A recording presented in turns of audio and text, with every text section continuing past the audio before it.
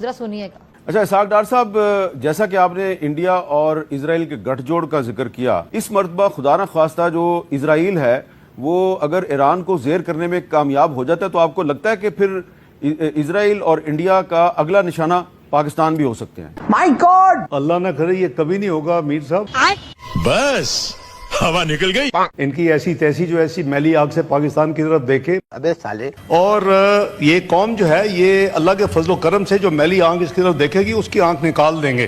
اور Israel dare not to look at Pakistan. اور ابھی بھی ہم الرٹ ہیں کیونکہ ان کی ملٹری لیڈرشپ جو ہے وہ بالکل آن ٹریک ہے. Cease fire is holding on, but in کے جو پولیٹیکل لوگ ہیں وہ کبھی کبھی عجیب قسم کے بیان دے دیتے ہیں. کبھی کہتے ہیں یہ سسپینڈ کیا ہوا ہے، کبھی کہتے ہیں یہ آن ہالٹ پہ ہے، کبھی کہتے ہیں ہم یہ تو ٹریلر تھا. اب جو ہو چکا سو ہو چکا.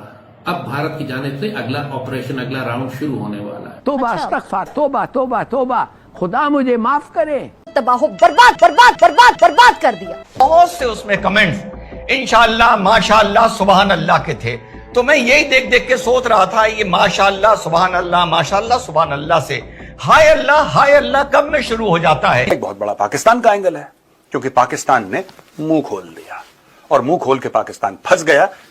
کہا تو یہ جا رہا ہے پاکستان کی طرف سے کہ جی ہم اسرائیل کی مدد نہیں کر کے اور ایران کی مدد کریں گے، اور کیونکہ جی وہ برادرلی اسلامک کنٹری اور وہی جو باتیں ہم کیا کرتے ہیں. لیکن Israeli PM said that after Iraq, Pakistan is next in line. فضا خان started crying.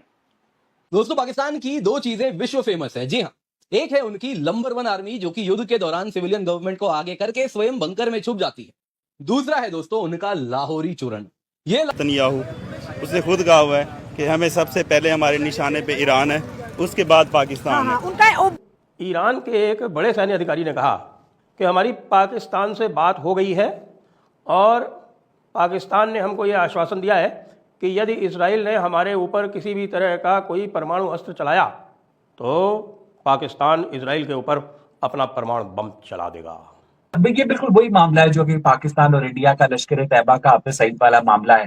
یعنی پاکستان جو ہے حافظ سعید کو سپورٹ کرتا ہے، حافظ سعید جو ہے انڈیا کے اوپر اٹیک کرتا ہے، ایران حماس کو سپورٹ کرتا ہے اور حماس اسرائیل کے اوپر اٹیک کرتا ہے. پاکستان کی وجہ سے اب اسرائیل ایران کو اور بھی کوٹے گا اور بھی ڈسٹرائے کرے گا پاکستان کی وجہ سے.